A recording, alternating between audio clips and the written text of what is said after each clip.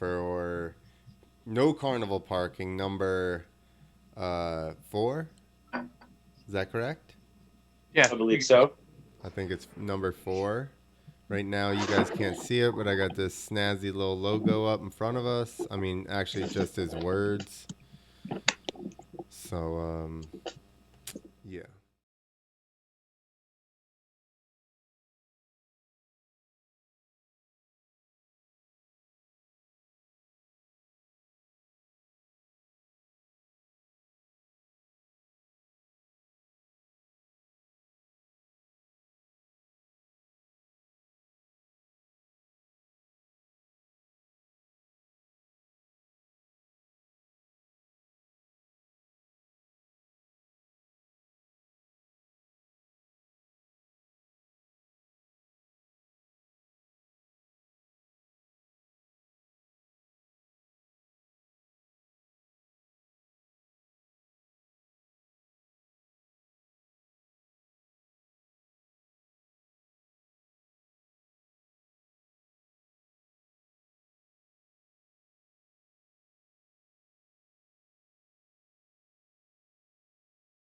So it's not like Budweiser where they can just run or. Sorry, I don't Guess want to what? use We haven't corporate had names, but Hey. they can't roll out fucking gigantic trucks. I don't think we had thousands of cases. sound until just now, FYI. What'd you What's say? No that? sound? I said I don't think we had sound until just now. Oh, really? And welcome to No Carnival Parking number 4. It's good to see everybody There you go. and hear from you finally. Yep. Oh. I'm figuring have it all audio? out. It's only been 3 years. We definitely have audio now. All right. 3 years, and I just about have it figured out. So. It's all right, man. It's all good. We don't even have our guest. Our guest is busy counting money for Carton right now. Yeah. So it's okay. So No, yeah, I'm just joking. No, but seriously, I did hear that. One thing that did make me a little happy about this pandemic, you can call it, is the local breweries in every state are killing it. The local what's the other we don't have them here yet, but dispensaries are killing it, which is cool. Because I know Henry, very much so. Henry, you said that about Bud or whatever. I'll tell you right now, the problem is with Bud and all those guys, and yeah, they have the big trucks and everything, but a lot of their truck drivers and stuff are saying, I ain't fucking driving. And a lot of the big factories are saying, I'm not fucking working. So right now we're having I always try to find the silver lining in fucking chaos, as hard as that is. But I always, as crazy as I am and doomsday as I am, when I'm in the thick of it, I always try to see the silver lining. And one thing that's pretty fucking cool is the local breweries. They're working around the clock. They're working till all hours of the night. But all the crazy New Jersey laws with liquor are out the window. So they could they could deliver. They could do a lot of things they're not supposed to. Normally they're not allowed to do, and they're booming. So hey, if someone's going to fucking make it, I truly believe that out of this, I think some corporations aren't going to shake, and I think some of these, especially when it comes to liquor and the cannabis industry, I think they're going to boom, especially the smaller niche, like the people that make their own weed or make their own brew and even alcohol. I think they're going to thrive at the end of this. I mean, they already are right now. Listen, yes, drinking alcohol is detrimental to your immune system. And we would never promote that. Yeah, but you know what? You know what? Yes and no. Yes and no. It is. Definitely mostly no. No, definitely drinking beer. But check this out. Mostly, I can't cannot give up this person. But last night I was on a 2-hour call with a guy who's a fireman in a major city. I'll just leave it like that. He's a fireman in a major city, and he's not in the firehouse anymore. He is driving the ambulance. Dude, I was on the phone with him for over 2 hours. The shit this motherfucker was telling me about what's going on out there is out of fucking control. But once again, talk about silver lining. He was like, motherfucker, what you got to do, drink alcohol. He's like, I get home at night and I just fucking drink vodka. He's like, because it kills everything. And I'm like, what? He's like, I talk to doctors, talk to nurses. I'm telling you, that's the poor man's fucking way out of this shit. He's like, just drink alcohol, especially if it's heated up a little bit. And I did hear, like, in Japan and shit, in China, they were drinking hot toddies to kill that shit. I actually did hear that too. Yeah, and he was saying that hot toddies like knocked it out, and I was like, that's the hot toddies and like rock and rye. That was like my grandmother's cure for everything back in the day. 150 fucking %. Hot toddies really do work because of like something with like the citrus, and when you heat that stuff up and it opens up your passages, and well, he was saying doesn't hurt either. What he was saying is that if the virus is on your face or in your nose or wherever it is, and then something warm and hot plus the alcohol, and he was saying hard alcohol, not beer. He's like, I'm not drinking beer right now. I'm drinking hard fucking alcohol. He was saying when you drink it, it pushes all the shit down, and then once if you get that virus out of your throat and into your stomach, into the bile of your stomach, it kills it. It eats it. My wife told me that like a month ago. I was like, yo, you're a crazy witch. Shut up. That's nuts. He's like, motherfucker, I talk to fucking doctors. I talk to witches all the time. He's like, that is true. That's true. I'm like, come on, man. And if you remember when we had Scott on the other night, he was talking about drinking the Robitussin to get to your stomach acid. I think they might be really onto something with that. But, dude, this kid was telling me how fucking crazy it is out there. We have no idea. Well, I'd love to indulge you in at least hear one of these stories. So one of the things... You've piqued my interest. So he is a this dude is another hardcore motherfucker I know. Hardcore. He's not a soft person by any means. And he was like, bro, I had to sign my fucking will. I had to sign my will. I'm like, what are you talking about? He's young. He's younger than me. He said that yesterday he saw so many bodies in black bags, and they were putting them in refrigerators that it just fucked them up. And then he told me I've seen that.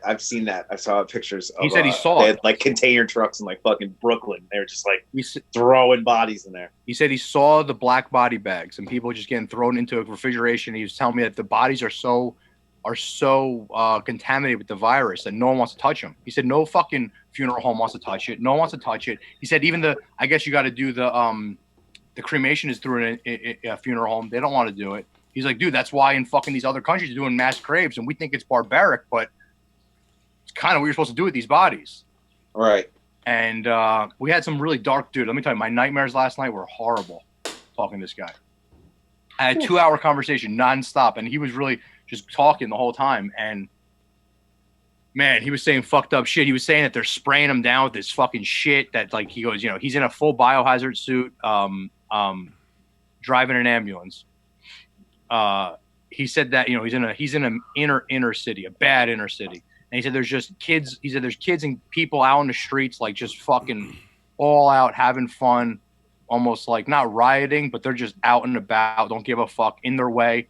What, and they're in New York? Biohazard suits. What? In New York? No, not New York. East Coast, but I can't say where. I can't say where because I'm sure I'm going to give up other shit of the stories that he told me that are so fucking crazy. And I'm like, damn, bro, you make the Tiger King look like nothing. But there was he's telling me about how like it's just like pretty much lawless out in the streets, and that but like I said about the body bags, he said so they're in full biohazard like you see in the movies, those full suits, and he's driving. He said people are now, especially like these millennials and shit, they're freaking out over a sore throat, where they're crying and calling 911. And he said they're picking them up, and he's like, dude, I'm telling you, you want to go to the fucking hospital, you're gonna get it there. If you don't have it here, ride it out. And he said these people are so freaked out by what they're seeing on TV that they just want to go and get a test. And he's saying that's the wrong thing to do. He's like, unless you don't fucking breathe, you don't go to the hospital, because there's a lot of people that are probably going there hypochondriac, and now they're getting it. Yeah, well, you're definitely like you're going where everybody with it is going, it seems. One thing he said to me that really made me think about something, he's like, dude, it's getting hard because, I drop these people off and I see the nurses and some doctors, and then a week later, I don't see them anymore. He said that the front lines are getting fucked up. He's like, a part of some people that we're not thinking about is those intake people. The people that just take your information in the hospital. He goes, they're getting destroyed. No one's talking about them. That's what my mother does, man. Yeah, he said no one's talking about them. I didn't know that. Yep. Is she in the hospital? So they've been moving them all over the place, but they put her in her own separate office now and all this stuff. And they take crazy procedures there. They're checking their temperatures like 3 or 4 times a day, like something like that. She has to like report and like have her temperature taken and all this stuff. It's fucking wild, man. But that was the first thing I was worried about. I was like, it's like you're in there talking to all these people, and she's like, I am masked up and have gloves on from the fucking minute I get in my car in the morning until I leave that place, and I immediately throw everything out.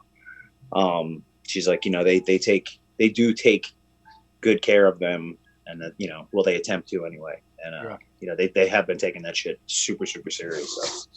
Yeah, but he was saying the intake people, man. Like I said, he's in a hot spot city. He's in a place where they're dropping like flies. But there's a lot of people we don't think about in this. New Orleans. New Orleans. I love that city. Me too. So do I. Super. I love the piece of my soul in that city.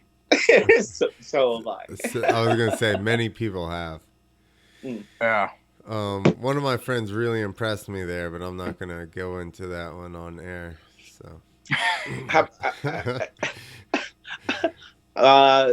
See, now that's basically one, so like my my illegitimate son. Clues that we can get. My illegitimate son. We'll have him on here one time. Oh, I love it. I took this kid on the road. Like I found them. So I moved down to Georgia and I moved in with a guy that I knew from down there that like announced at the local motocross tracks, and we had BMX jumps or like mini bike jumps in the backyard. And I drove all night from an event. I got home, and I'm like, washing my hands in the sink, and there's these 3 kids in the backyard, and 2 of them are good, and the other one's just a wreck. So I go out. I was riding by myself at the time, and I was like, you 2 guys ride big bikes, don't you? And they're like, yeah. And I go, you guys race? And they go, yeah. And I was like, would you like to hit a ramp? And they're like, oh, that's crazy. And I was like, well, come out and watch. If you don't want to hit the ramp, don't hit the ramp. I said, but if you do, go get dressed and come on out and follow me off it. So they watched for like 5 minutes, and then they were like, all right, and got dressed. And then, so I don't know, I guess that kid was probably 14 or something at the time. And then when he was like 15, his parents signed a like a waiver thing for me, so I took him to these shows and shit at 15. So him and his friends, the friends were a couple years older, but when they got a little older, I corrupted them. He's from New Orleans? No, but no, he impressed me. You molested them in New Orleans. No, yeah. No, he pulled his own move, and I realized he had been learning that all those years. I was like, wow, okay. It's a great city. It's the best city. They're getting destroyed right now. Yeah. Oh man. If we can ever, if things ever, hopefully when things recover, we can have a live broadcast from from New Orleans. That would be fun. FYI, he's only 10. He's only 10 years younger than me, so it's not like I'm 40 and he's 15. I'm like 25. Yeah, you don't have to justify it. It's okay. But when you were 25, he was 15. Right. It was a little weird then. Yeah, that era was weird. Now it's fine. I'll try. Once everyone gets over 25, it doesn't matter anymore. Totally. Yeah. Statute of limitations at this point. He's 30. I'm 40. Statute of limitations should probably be the name of this podcast. AKA Statute of Limitations. That's actually a really good name for a podcast. It probably should be called that because, bro, I was talking to my lawyer about the podcast, and I'm like, I recorded the second half. I'm like, I feel like we got better material there. And I'm like, but I don't know if I should release it. And he's like, and I started telling him the story about, not me, about my friend who was at this Grateful Dead concert with all this acid, just, doing all this stuff. And he was like, you can't release that. Are you crazy? And I'm like, but it's just my friend. It's not me. What does it matter? So, Well, were you there for the original story as well? Yeah, I think. Yeah, that's what the issue is. I was talking to the lawyer that I don't have today too, and he was telling me not to tell a bunch of stories too. Well, see, maybe that's the issue. I don't have anybody telling me not to tell stories. That seems to be my problem too. You know, I'm just, you know, I just want to say so many inappropriate things, but I know I need to pace myself. Yeah. I mean, listen, the whole industry listens to my dirt bike podcast, and nobody's, I'm pretty sure they do, like, because I've done some stuff and then other podcasts have popped up with it, and I'm like, it's interesting. But, at least in the dirt bike realm, I mean. Do you do anything, special for around like X Games time? Like, do you have, like, you know, big guys on the show, or like you go like to the games or anything like that? Have you ever done anything like associated with them at all? Or yes, this summer we went to X Games and did interviews, but we didn't. So this is, I'll probably not get like legitimate passes because of this. I got friend passes from friends of mine, and then basically you act like you supposed to be like, we went in with our one friend that had legitimate passes, and we just had like a friend pass, and we weren't allowed in the pits. But once you walk through looking like you know where you're going, you get into the elevator, random people aren't going to know that that's the elevator down to the pits. So once you walk in there and you got a pass hanging and you're just like, what's up? Nobody even says anything. This is not how it was when it was packed. This is because X Games is not as packed. When X Games a couple of years in LA towards like the middle, when it was just in the beginning, I went to one and it was easy, you know, same thing. Like I used somebody's rider pass. He was in his gear and rode down onto the floor, and I just used his rider pass. And we're like similar enough, no hair. And I just went down and hung out on the floor and watched like Big Air or some shit like that, or Best Trick. But then it got to a point where they got ridiculous about security. And we used to always sneak into the like catering and get food. You just gotta just act like you know where you're going. Bro, I actually had a cameraman. I'm the king of that as well. I actually had a camera guy that got into all of X Games with a camera. He had a vest on and a camera with a big lens. It's all about your energy. And he charged around like he was late to go shoot pictures of something, and everywhere I was, he would just pop up, and I'm like, he had not even a pass hanging from his waist. I was like, dude, what the fuck? I was in Dana White's seat at a UFC. I was in his seat at a UFC in Philly. Was he like, hey? Because I was just kept walking around, and I was like, and everybody, I'm like, no, I'm like, yeah, of course. I just kept walking, and all of a sudden, I'm like, I'm in the you can't get any closer. And then the guy, finally, the head of security is like, no, you can't be here, man. I'm like, no, yeah. And I like just rapping to him, right? And he's like, dude, you can't be here. And it was actually Dan Henderson's father was cracking up. He taps me. He's like, dude, you totally should not be sitting there. It's the boss's seat. He's like, come back here. Like he caught on to what I was doing. And he was like, let me chill with him for a little bit. And I met Dan Henderson. It was so cool. And it was like, you know, I wasn't a jerk off. Once people came to their seats, I fucking left. But I watched because a lot of those with the fights, nobody goes there till the main event. Yeah.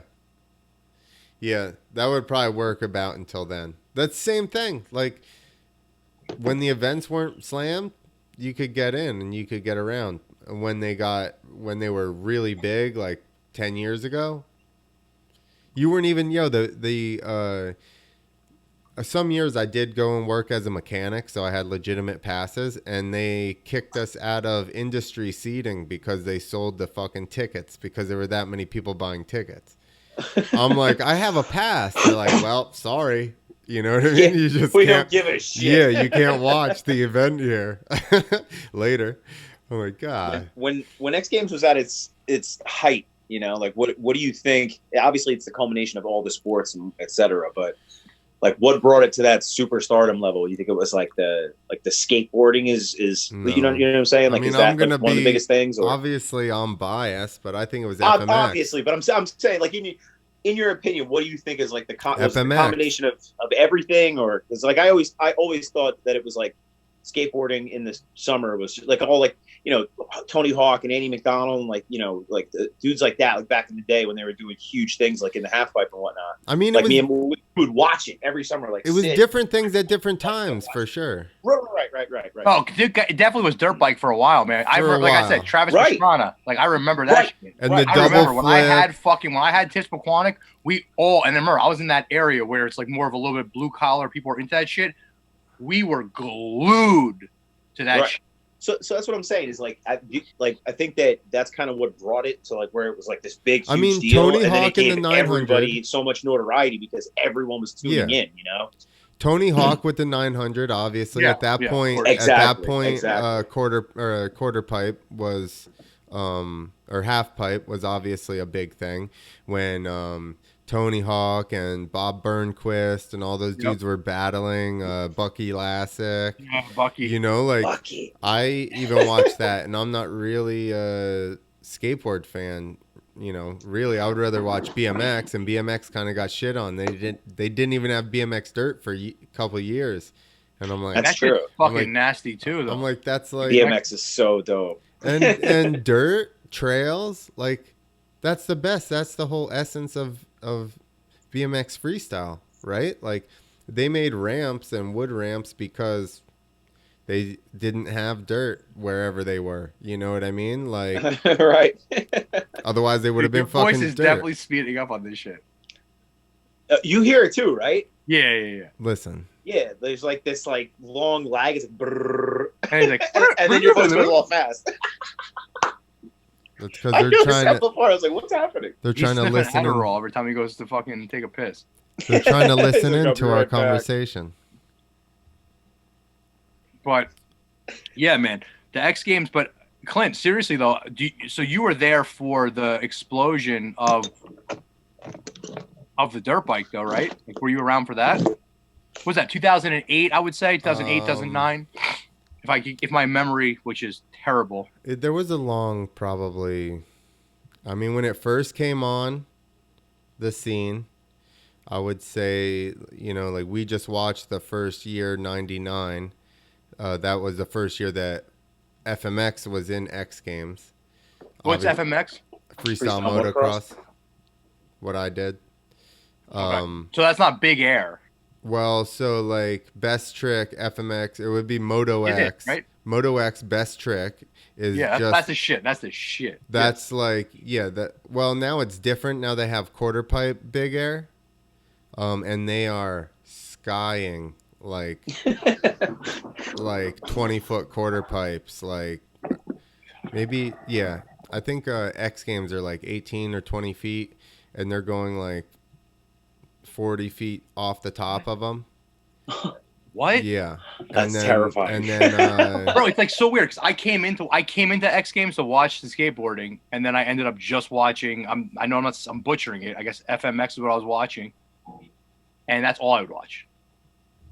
Yeah. Well, I used to like back in the like a while back, probably around that time frame is when they did. I guess it was just like Step Up, where they just see like how high they could go. Oh, and, you know what I mean? Like where like the bar is, you know what I mean? And I think what's that called? What's that called, Clint? What? Where they go over the fucking, it's like a high jump. Step up, right? Yeah. So that's actually fucking cool. When you were on your computer one time, we were at the bar, and I noticed you had an interview with Cowboy, and that guy was like nasty at that. No, like because wasn't that Pastrana's boy, like Cowboy? Kenny Bartram. Kenny Bartram. I had him on my podcast like 2 weeks ago. Yeah, exactly. And that guy was like amazing with that stuff. That's what I'm saying. Like, it's, I would have never thought, and like Mike was saying, I would have never thought that, from the, like just watching skateboarding, that it would get me into that was like watching the stuff with dirt bikes. I was never interested in it, and then watching this shit that they were doing, and especially watching freestyle motocross, it's like seeing that back then like blew my mind apart. And and it's funny, like. Interacting with you now, and it's like a dude that was in it, and it's like at the time, it's like watching, it's like who the fuck would even attempt to do something like that, And it's, when we were talking the other day about like the lead into that, like how as a kid, like you get a bike and you're riding, you just want to go faster, and then you hit jumps and you just want to go higher, and then it's like to get to that. That was the question I had for you the other day. It was like, to get to that level where you're 50 feet in the air with doing backflips and all this crazy shit. Like the injuries that lead up to it it obviously doesn't happen as often because you wouldn't have such a long career. You know what I mean? Like, but when you do get hurt, it's like it's big injuries. Well, yeah, and some, obviously some shit's worse than others. Obviously, as I've gotten older, they've gotten like more residual from them.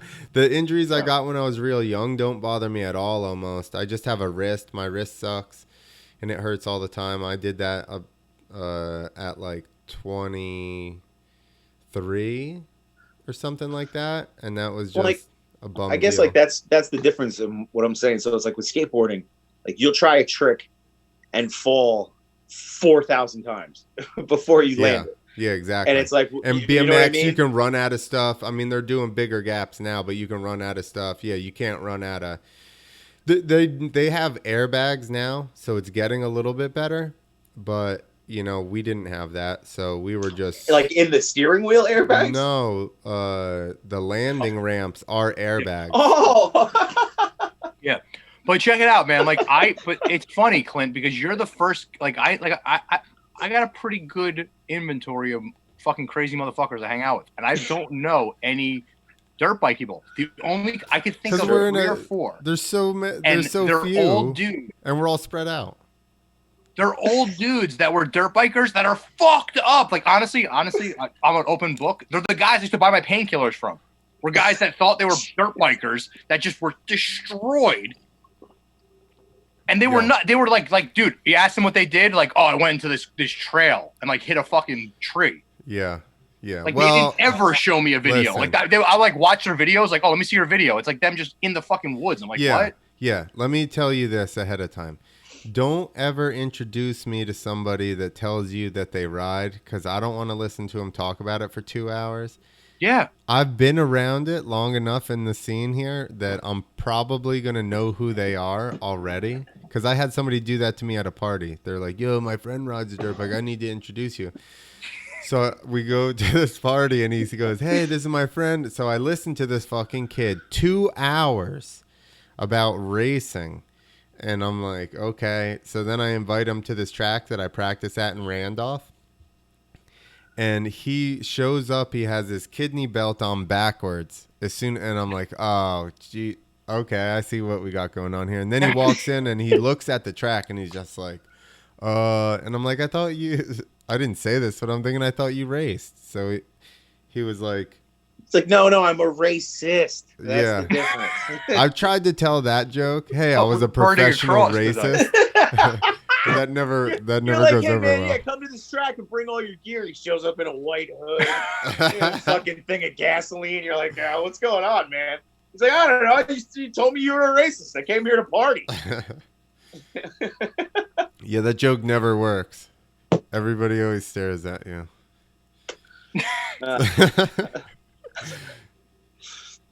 Man, I still think it's crazy, man. Like I know a lot of crazy motherfuckers, and then I meet you, and you're like, oh, I do it, and I'm like, let me see your videos, and I gotta stop because it's gonna get annoying to people that listen. That every time I want to talk about your jumps and all this shit, but it's just crazy to me. But like Henry was mentioning, it's just incremental things, and yes, I've broken 13 bones, but at this point, I've ridden for. I mean, it was every probably 2-3 years, almost most of my life. But I don't know. You can't be a pussy your whole life, right? Yeah. No. Yeah. No, well, Mike is actually Mike's very injury prone himself. Okay. What did you blew your knee out at PNC? Who were we there to see? And you just blew your knee out completely, and I had to carry you back to the car. Yeah. Well, the real story goes like this. So, my best friend in life was in prison, and he came home, and when he got home, we partied like you couldn't imagine the amount of drinking and having fun we did. And this is my boy. It's like my brother, my best friend, but he was always the little guy. Like he was always the little kid. So we always fucked with him. So now I'm like blacked out drunk. My dad just epoxied the garage, so it was nice and slick. And we came home from this club, and I was like, oh, you think you're tough in the pen? You think you're tough in the pen? I start like locking up with him and rolling around with him. And I'm like, wow. I'm like, you can feel people right away. And I feel him, and I'm like, wow, he really fucking feels different. Like And he starts fucking, we're both blacked out Did he drunk. feel He starts hard? fucking really slamming me down. I'm like, holy shit, my whole life I always fucked him up. So then I really I'm like, wow. So now I'm like, normally you'd wrestle with someone like a 40, 50%. I'm like, I got to give him like 80 because he's really embarrassing me now for everyone. And the floor was all slick. So I run full force to a ground. We were to slam him and he sprawls and I do a full split. And everyone that was there heard my knee just go.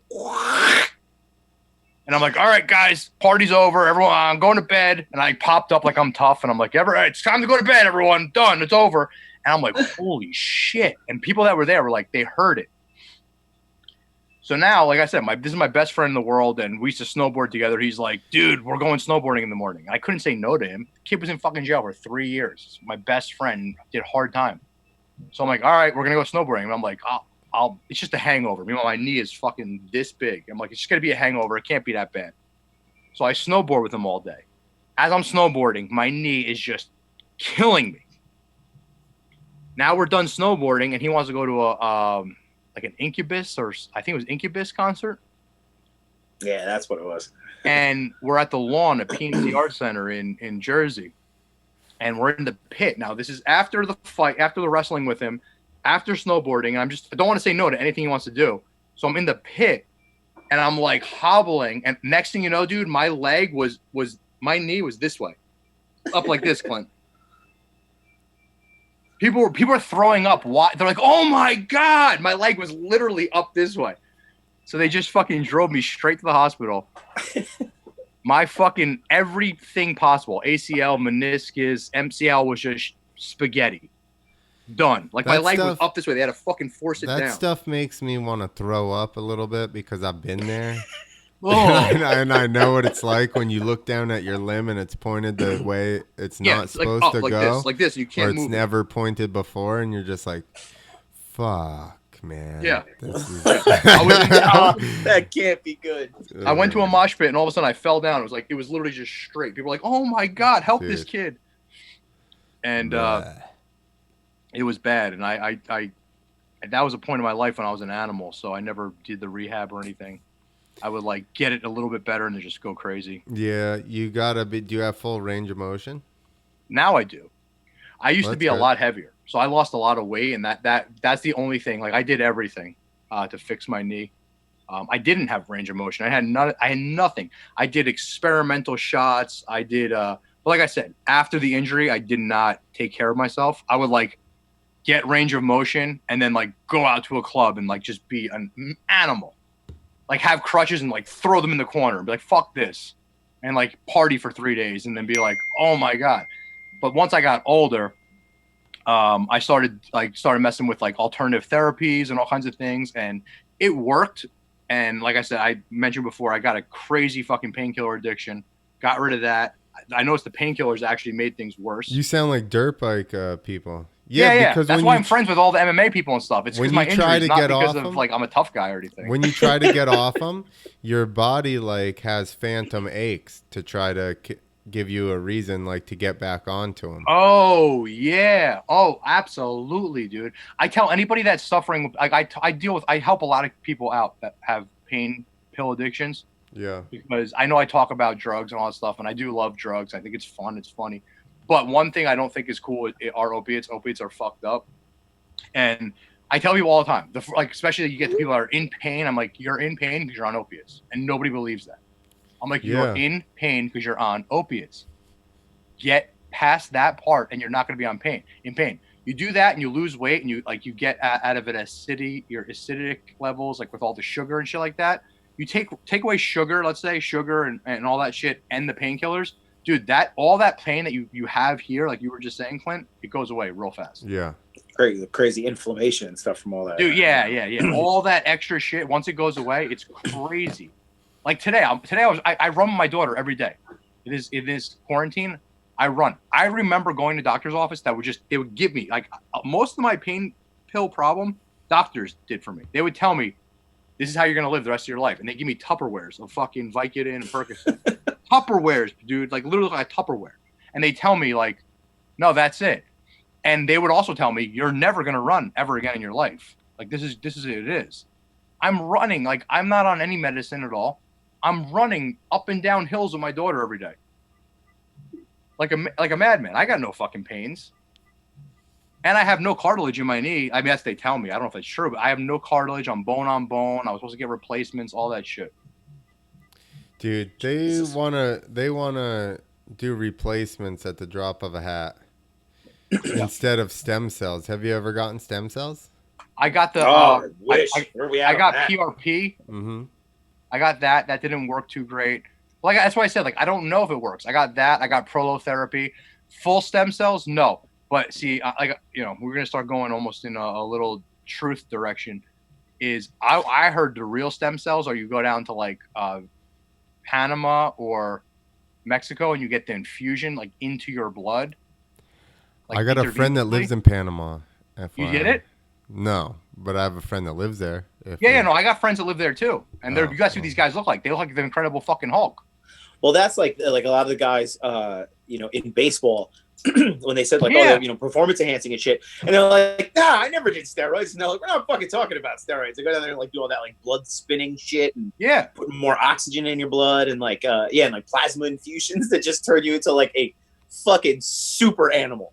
Dude, I have a couple friends that have gone through it, but it's cost so much money. But I have a couple friends that have gone through it. I got a friend that sleeps in hyperbaric chambers where he gets all the oxygen. That shit's crazy. Yeah, he does that. He lives in Panama or Costa Rica and gets all this fucking where it goes into your forget about. I want stem cells just in my knees. I know you're talking about, Clint, but you ever hear about like I think Dan Bilzerian gets it where it's like straight up infusion blown by 6 hot chicks. Yeah. But you see what the guy looks like? I mean, that's what my friend looks like. My friend's fucking 55 and he looks like that. He's just ripped and jacked. You got that much. What the fuck? You can't have that much tail around you and not look like that. Sorry. Yeah, no, you can't. Or drive a Lamborghini with like a fucking gun turret as the passenger seat. You guys ever see that video of him? I mean, it's not funny at all. But you ever see the video of him at the Las Vegas shooting? Yeah. Where he's trying to get the guys. You never saw it? The cops literally like telling him, like, get the fuck. He was like telling the cops, like, let me take your gun. Yeah. Let me get your gun. Let me get your gun right now. The cop's like, get the fuck out of here, dude. He's got like 6 models. Are you? He's got like 6 models following him, and he's like trying to get guns from. He's begging the cop to give him his gun so he can start shooting back.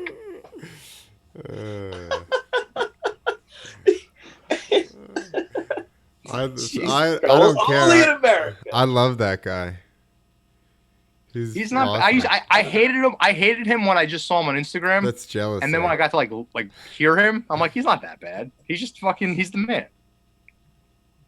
Listen, he's the man. That's a hard argument that he's not. It's a hard argument that he's not. Yeah. They're like, I don't know, man. I know. I saw it like. Let me just. Let me pull up one picture. You're good. Poker playing weed grower seller. Yeah. With just models around him all the time. And shoots fucking guns and like... Yeah, in his mansion. Yeah. The dude looks like he's like in the SWAT, like on the SWAT team. Yeah. It would just with like models. I mean, that part's a little suspect.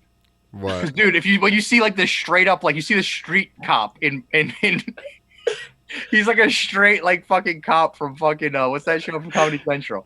He's like, get the fuck out of here, dude. He's like, get the fuck. That part's a little suspect. All the other shit, for real. Like, he's like, dude, get the fuck out of here. And he's like a cop that like patrols the fucking, the strip. Oh, like the guy that wears the short shorts. Yes. Selling oranges and shit. It's like one of those guys. Tell him to go fuck himself. Oh man. But I mean, oh my God, I got nothing. I don't know about you guys, but. I thought we were going to talk about the dojo. What happened to that? Yeah, I was just about to go there. So I love.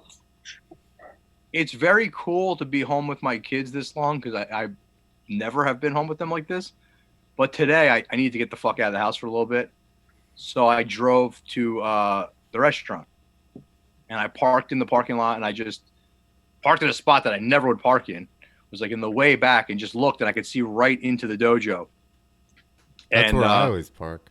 I just was thinking for like about half hour, so I just sat there and it's only been 3 weeks? Yeah, something like that. Yeah, it's only 3 weeks. It's been 3 years. It feels like a fucking eternity, literally like an eternity. I think we were kind of talking about it earlier about you were talking about some business or something, but I'm like, you know, things are going to basically have to change a little bit. Like this is when the cards get redealt a little bit, and maybe I've heard that Feld Motorsports is kind of done with this thing. Really? Yeah. Whether that's true or not.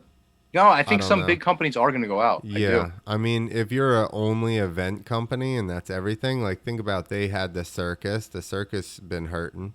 Yeah. Monster Jam stuff was down. The freestyle motocross stuff, I've been saying for a long time, you can't sell, like that's how there's X Games and there's Nitro World Games, and both of them are a collective where you go there and in one building they have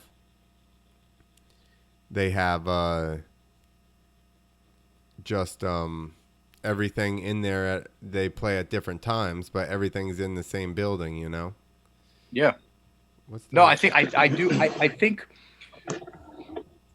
it's hard, man. I said this to a couple people today. I got to check my ego a bunch in this because I keep thinking about, like I was talking about the dojo East and I was talking about the restaurant Tiffs, and I get all sad and I'm like, what the fuck? And I got to stop thinking about just myself because so many people and so many businesses are going to be affected.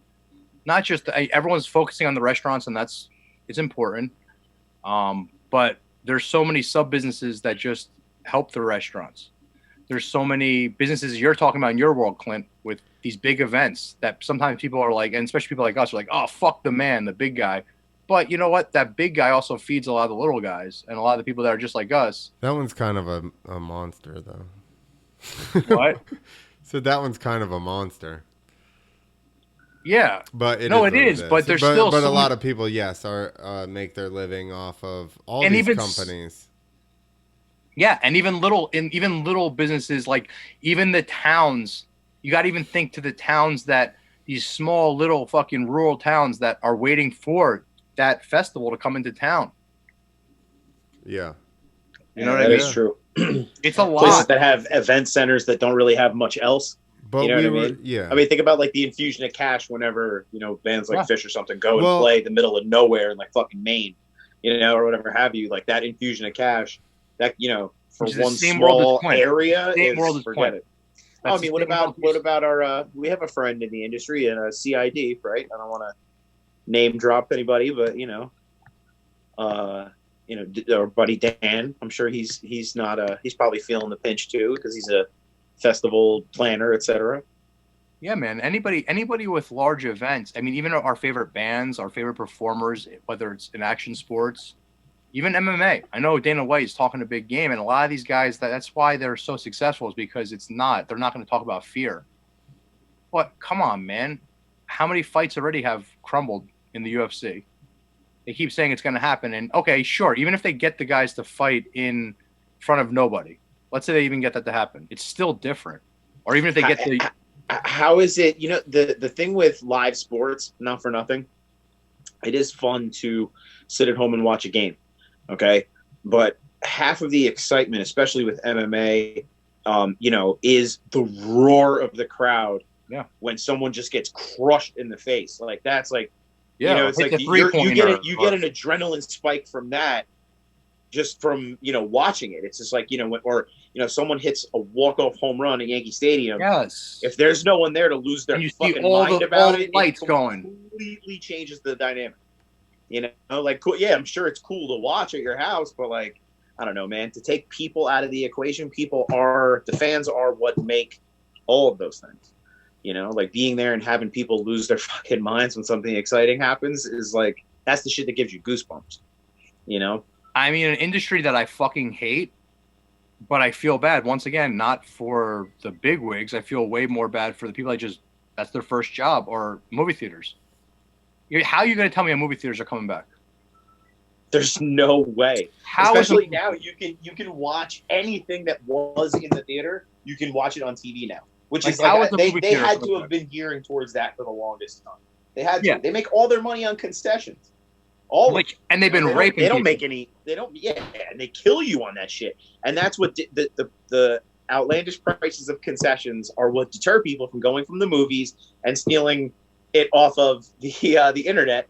And then by doing that, you're taking money out of the production companies. They're charging more for the movies. So they have to charge more for concessions. So I mean, it's that's not going to change. And if anything, it's going to get 10 times worse. Like, why the fuck would anyone go to the movies at this point? Which is just awful. It's like one of my favorite things to do. I mean, and then to talk about our thing that the three of us, why we're together, is the Dojo East in Morristown, New Jersey, is been a place for what, 3 years now, that became this little comedy scene, and tons of really talented people have been coming together and making people laugh. And it's a 100-seater room. It's a 100-seater room. Like, honestly, man, I've been working my dick off for 3 years on that thing, and we haven't made a ton of money at all. But we were starting to get there at 70 to 80 to maybe 100 people. And I don't know if we're going to be able to go back to that for a while. It's definitely so we got to get creative, because I think the energy and the vibe and the scene that we were creating there, all of us, not just me, all of us, everybody involved, we were creating, we can't let it go. Because Clint, I know as much as you want to do the live shows, and I love the idea because we want to keep the energy going. We want to keep I mean, I do it for the comics. Everything I do is because the comics, because I want you guys to have a fucking place to say everything on your mind and make people laugh. But I think a big part of that thing is also the crowd. I feel like you doing your set without any, even if it's just weirdness of people being like, they don't want to laugh, but just that energy gone is something so different. The format obviously is going to have to be somewhat different. Like... Yeah, but we still have to have the energy of the crowd is my point. That's my point. I mean, it's basically become sketch comedy. But if that's what needs to happen in there, that's what needs to happen. Like, yeah. Or as a businessman, because I do think that crowd is important. We just say, okay, now we have, and I'm just spitballing here. I don't know if this is going to happen, but okay, now we say we have a 50-person room and we distance people. We don't put them on top of each other, but now we have 50, and we got to really, all those meetings I used to have with you guys about talking about 2-3 shows a night. Well, now we have to do it for it to even be worth it for me to do.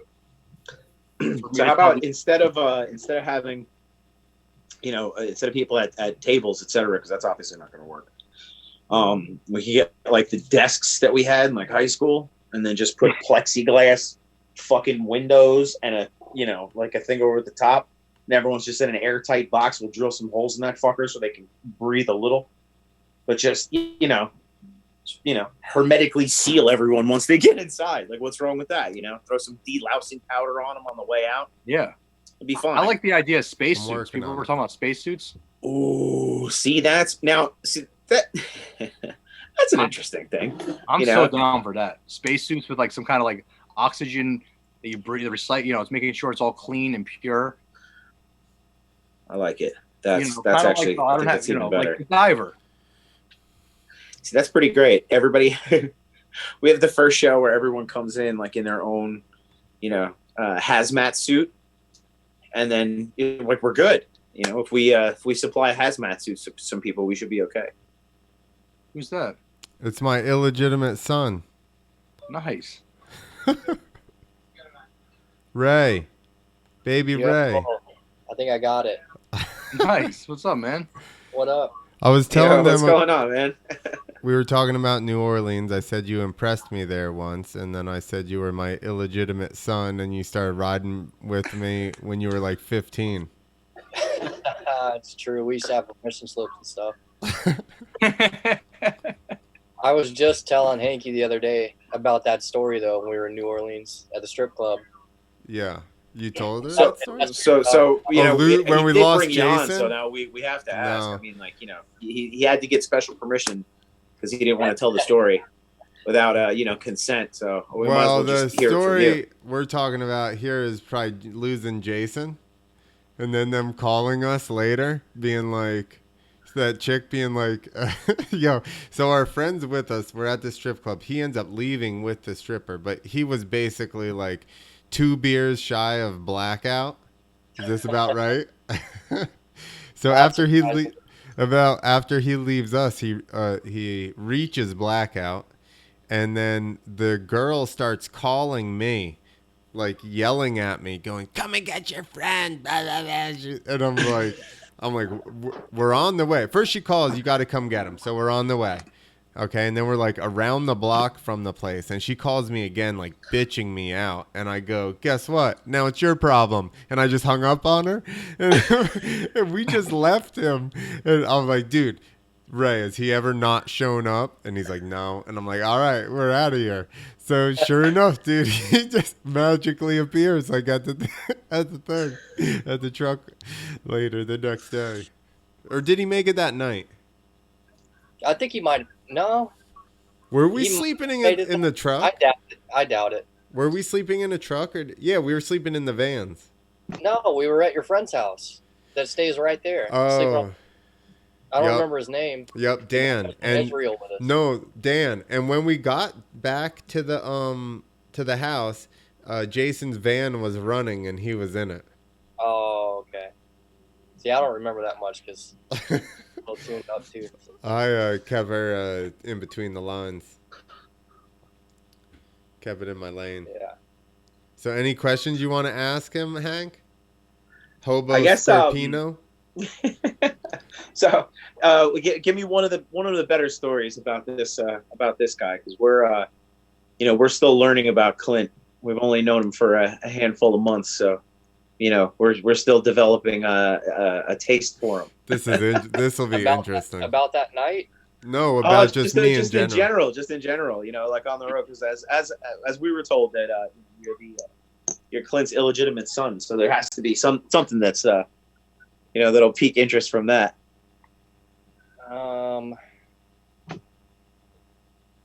Well, I guess we were on the way home from Texas one night. You remember the guy? We pulled off an exit and there's a guy like running full blast in the snow. Do you remember that? Oh yeah. Late at night, probably 2 and. I think it was 3. It was like 3 in the morning. Yeah, and he's full blast. We get off an exit running in the snow, like down the side of the road. And I think he just ate shit right into the little gully that they had cut. This is not really about me, but this is definitely, we were together and it's super late and we're tired as hell. So we're like, we're going to find a place to stop. So we pull off the exit and there's like probably 2 inches of snow, but it's down south. So all of a sudden we're stopping at this light. We're like coming down the ramp, stopping at the light, like it tees into the main road there. I think we were trying to get gas or sleep or whatever. And this guy comes running down a hill towards the intersection. And I'm just but running like the mafia is looking back. Like the mafia guy is behind him. Like, what state were you in? No telling. Louisiana, maybe. I don't know. We're from Texas to Georgia, so it couldn't have been. Probably something like Louisiana. It's raining in snowing in Louisiana. It's 3 in the morning. This guy is running like seriously. Like Jason is behind him, like, you know what I mean? Looking over his shoulder. And I'm just like, this guy's going to fall. Like, it wasn't even surprising to me when he hit the curb on the other side and he just falls, like just face first and slides. The legs like went out from underneath him. No, he just goes poof, just straight to his face. And he's just no hands up either. He just slides down into the gully. And then he hops back out. Up, like obviously like he knocked the wind out of himself, but he's like looks around and he just like tries to like start running again, but he's just going so slow. But I was just like, should we save him? Is something after him? Like, you think we should save that guy's life? Like, he's probably fine. He needs to get someplace in a hurry. Couldn't find him, or he's never to be seen after that. That's still an unsolved mystery. What's that guy in Hot Pursuit? He's still looking. I guess that wasn't really about Clint, but that's one story. That's pretty funny. Tell him a story. I'm interested what kind of story you would think would depict me to them. So more stories? One that you can tell, yeah. So well, you could Tell tell. them all. She's heard them all. Well, I mean, From that- I'm worried. I'm not worried about her. I'm worried about everyone on the internet.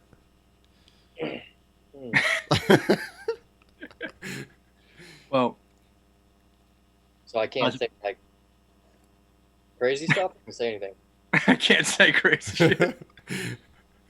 How about like crashing stuff or like, or there's enough Sturgis ones.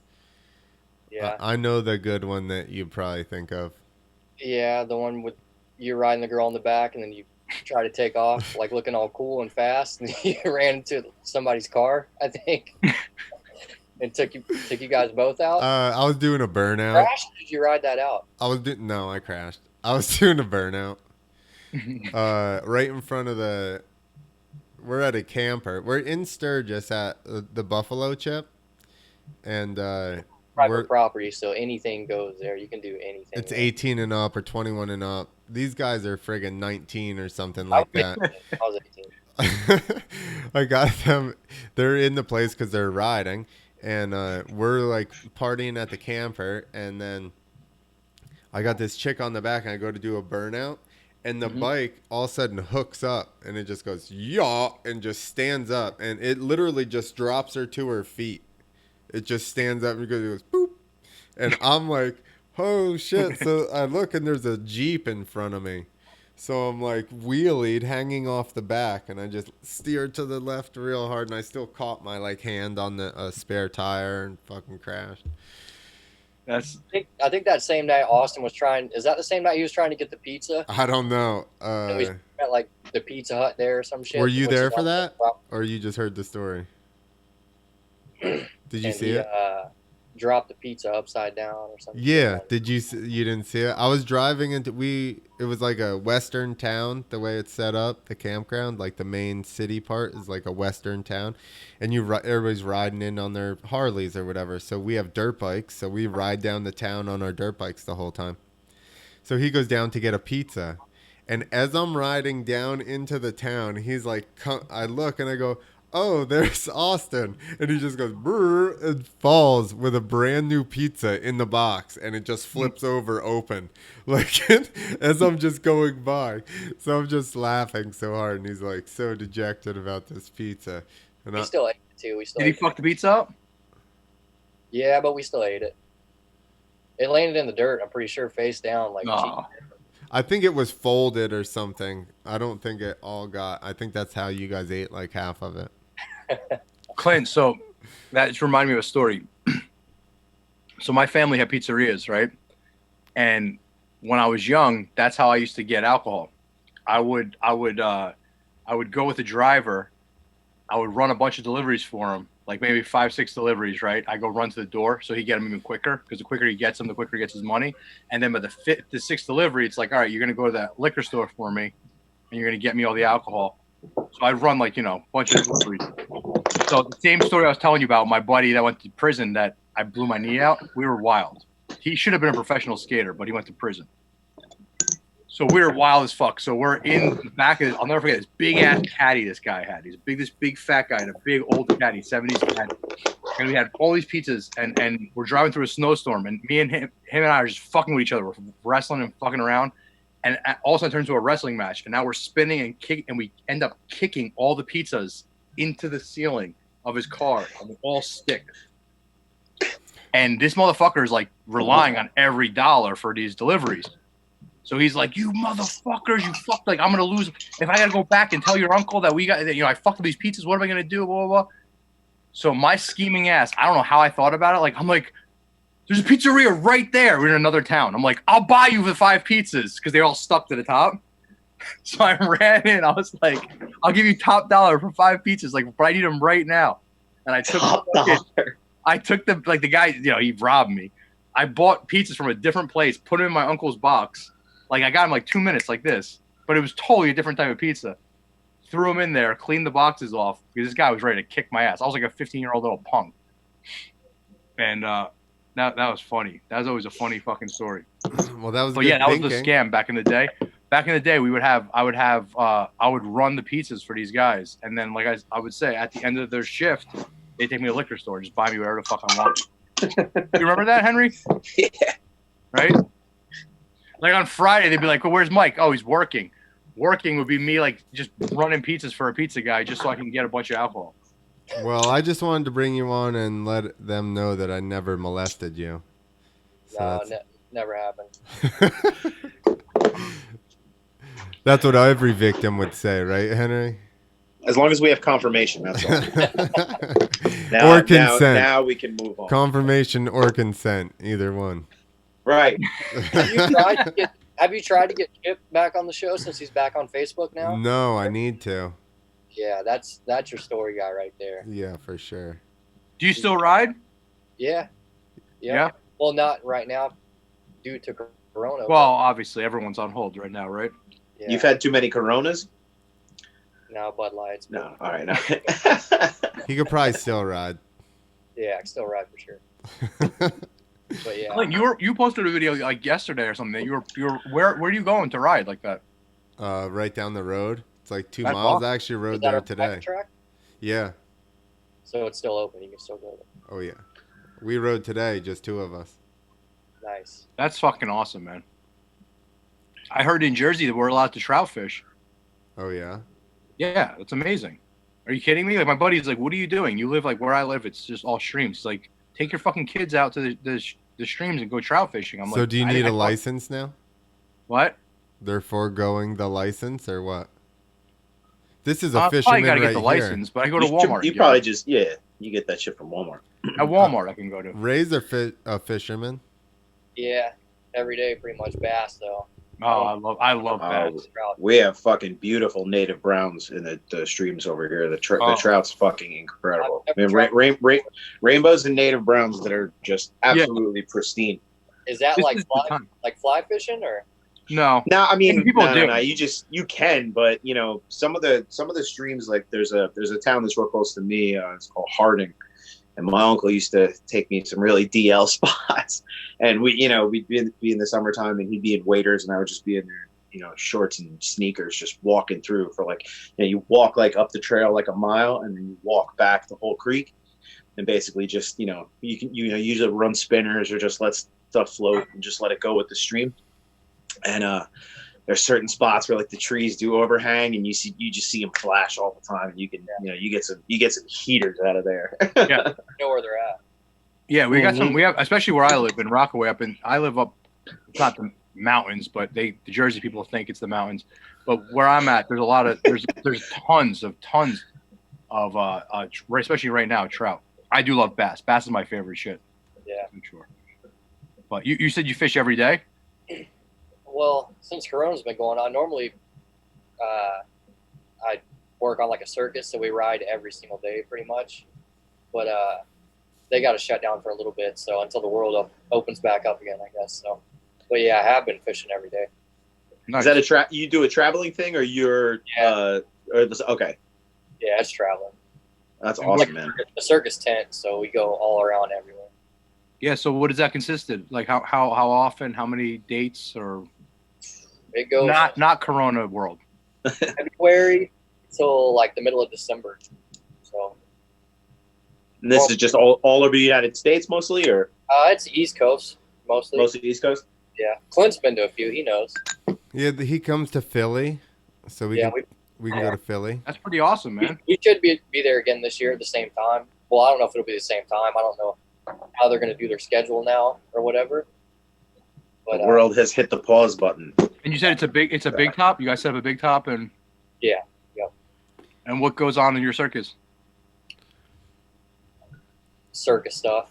Everything. I know, but is there a fucking tiger guy there? Because everyone's all the rage about the tiger guy. Apparently, there was, but not anymore. They're trying to like do away with the animals. How hard did the tiger guy party? The what? How hard did the tiger guy party? Yeah, it looks like he partied pretty hard. Told you. Probably shut him down. Good thing he's in jail now. So. That's what I said. Is there a bear? Do you guys got a bear at least? No more. We got horses, and that's it. Oh, that's it. Yeah. Do you ride? That's good though, man. Fuck that shit. They shouldn't be keeping. No, I know. You know what I mean? That's terrible. Like, look at your buddy, the meth tiger face guy. Can't have those people around. Come on. That's how all the animal handlers are in the circus. They all look like that. Clint told, who'd you say, like, nobody partied harder than the lion guys, right? The tiger and the elephant trainers. Well, they make like stupid money really fast, so I guess they could probably spend it really fast and get it right back. Yeah, and they get the elephant tranquilizers. Imagine that. Yeah. Well, I've heard that the elephants can tell if you're hungover and start fucking with you. They can what? The elephants can tell if you're hungover, and they would start fucking with the handlers. Really? Yeah, and start doing stuff because they're like, they could smell them or something. I don't know. That might be why they go through so many elephant, like, yeah. I don't know what you call them. They're not the handlers, like the help. Yeah, no. Those dudes are picked up at a friggin' at Home Depot. Not even, dude. One time this is not a lie. We showed up to one town. We had a bunch of guys for a couple, like probably a month or two. And we show up to one town, and all of a sudden we go to leave, and there's all different dudes. And I'm like, who the fuck is this by my shit? Like, what is going on? And they're like, oh, we just, like, they basically, like, traded everybody in at the homeless shelter for just, like, a new set of people. I'm like, are you guys serious? The elephants probably knew they were hungover, so they had to get a new set of people. Dude. Yeah, it's amazing. Be like, hey, I have 4 homeless guys here. Can I trade them for like 6 new homeless guys? That'd be great. Well, the elephant trainers guy, right, sits there all night and scoops poop and stuff like that and just watches them. All day. That sounds fucking awful. So there's no more animals on Circus Tour. Yeah, not on ours. Not many, but there is a few. But just dogs and horses, pretty much. And there's some camels and zebras. When are they taking our dogs from us? They ain't taking our dogs, Clint. They're like, they need to be wild. Wait, what? What's that? Dobbs is going to have to live outside. Yeah, he's going to have to live outside in the woods, returning back to nature. I mean, if Clint locks his dog in the fucking car for fucking 3 sets at the fucking dojo. She loved the car, right, Ray? Yeah, Stella loves it. See? That's her little fortress. He knows her. She grew up with Ray. Yep. I love that dog. Yeah, that's a good dog, though. Good girl. Good dog, yeah. Yeah, she's great. She gets along with my dog. My dog's a fucking rock star. He's somewhere. Where I taught your dog how to bite people. Huh? I taught your dog how to bite people. That's because you're a fucking horrible person. You know? And everyone knows it. Oh, man. Well, I think I can't tell how long we've done because Twitch says an hour and Facebook says 2 hours. And I'm like, we didn't even start the thing until after 9. So I don't know. Henry couldn't figure out how to get on for like 25 minutes. So Don't fucking do it. Don't rehash this. Don't you do that. Don't get me all upset again. It took me a minute too, but I figured it out. Listen, you were fine. You were good. He took about 25 minutes to get on. So yeah. What are you doing? What are you doing? So you do see the 2 guys I'm fucking dealing with here, right? I mean, you know this fucking Jadul for how long, and now, I mean, you just met him, but fucking look at him. I mean, Christ. So, you know.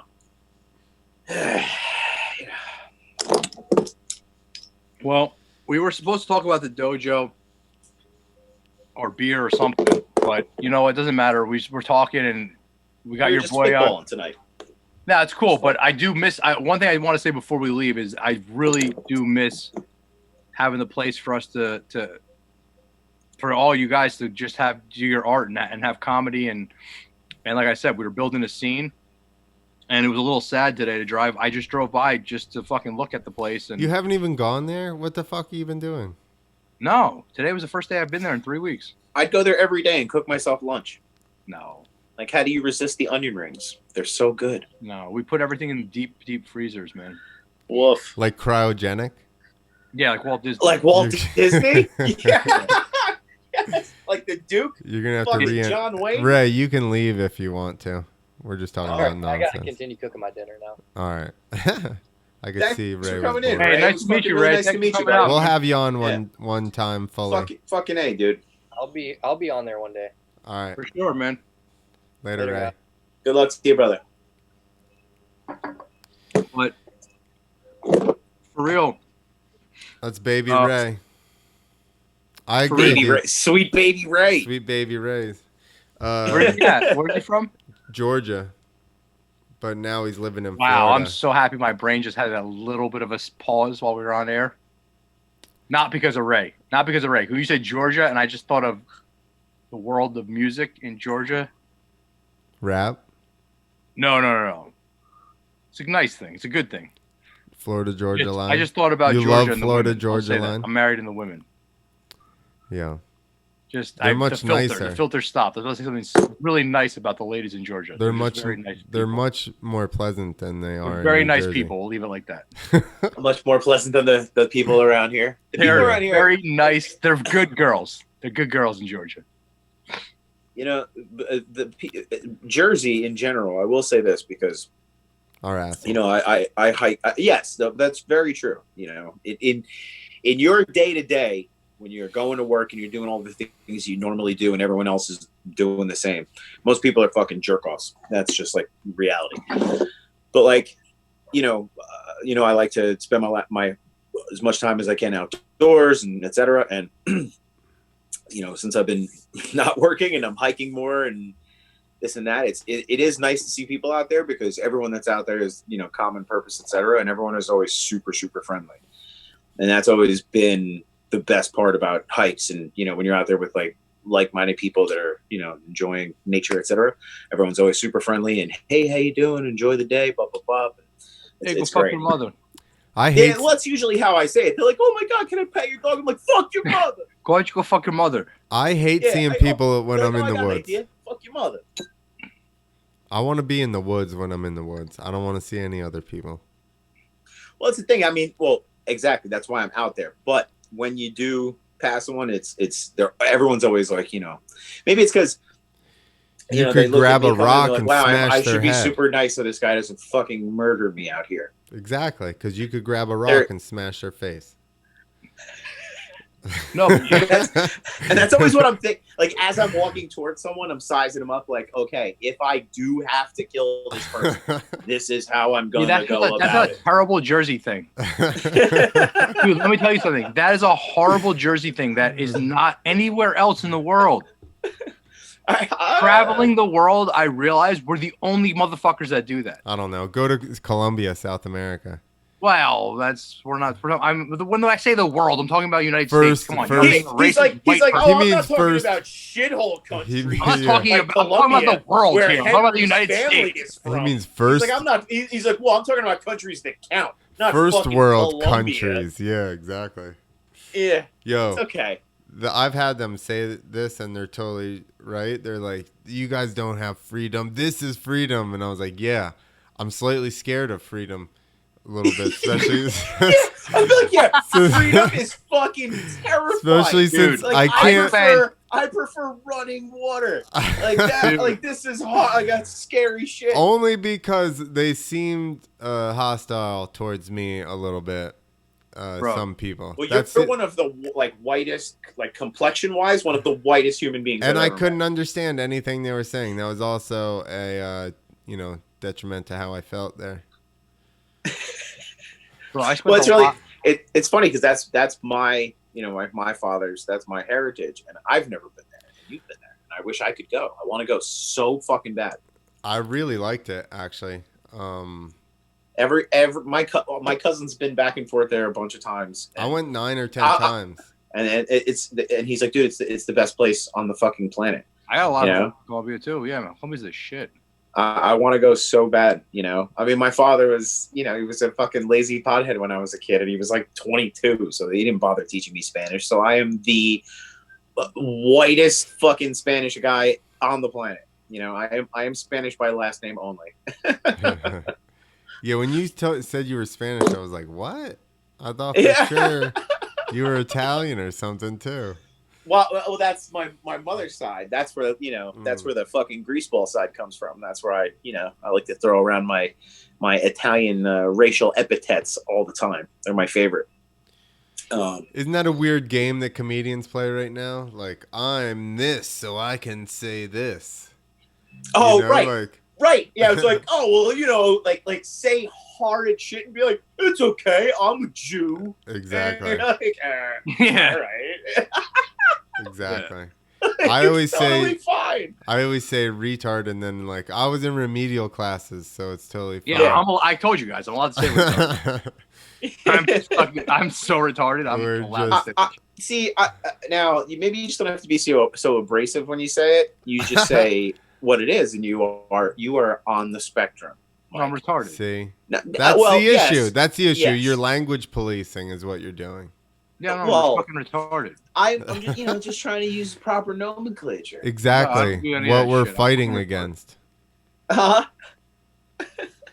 I'm sorry that I can't dumb it down. I apologize. You were talking about the freedom thing. I spent a lot of time in DR, in like not where the white boys go in DR, and I helped open up a bar out there. Bro, I know exactly what you're talking about. They got a freedom that we don't have, but it's so. I remember we were driving this girl home. We were taking this girl home, and we're trying to find her street. Her fucking street lights were dumpsters. We're not dumpsters. With cans with fires. 55-gallon drum fire. Yeah, drum exactly, fires. exactly. And one of my boys is like, he's like, yo, no, you have to go down 4 drum fires and make yes, them left. yes. I'm like, what the fuck? And like, we were, they were like, yo, after hours. You go to this after hour spot. The ground is dirt. The bar is made out of surfboards. There's chickens fucking just running through the club. I remember like almost ripping my shirt off, and I'm like, and I had that moment. I'm like, this is fucking freedom. Like I was like, holy shit, man, this is freedom. So okay, when But then when the when cops the world comes can back also from pushing just the reset shoot you. button, let's that's gonna be the new venture.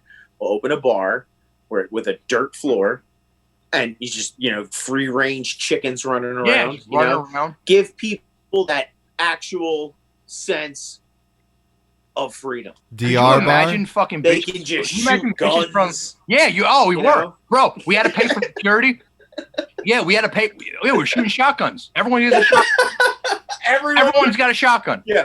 You're like, oh, yeah, can I get a rum and coke? You got it. Here's your shotgun. No, we had shotguns. We were just shooting them. It was crazy, bro. We had our own party there. I'm like, they're like, you got to pay for security. I'm like, all right. So we paid like $20 a day for each security guard, and it was just a fucking random dude with a fucking shitty shotgun. Yeah. That was our security. Jesus Christ. What do you think you're getting down there? The A team? Like, come on. No, I mean, but That's hey, that's a really good point, though. But if you get in trouble, at least you know the A team will come for you. no, they don't. By the way, they don't. No, they don't. We got in trouble. They don't. They throw their shotguns on the floor and walk away. Yo, Like, oh, And they're like, yeah, no, me, no, me no gringo, man. What the fuck? We're like, what the fuck, man? did I tell you Yes. the story about being stuck in Peru and they were trying to extort us, and then the one dude's passport was in our gear bags, which were left in the taxi. Then they're like, we don't have no gear bags. So then they go to the embassy to get a rush passport so we can get out of there.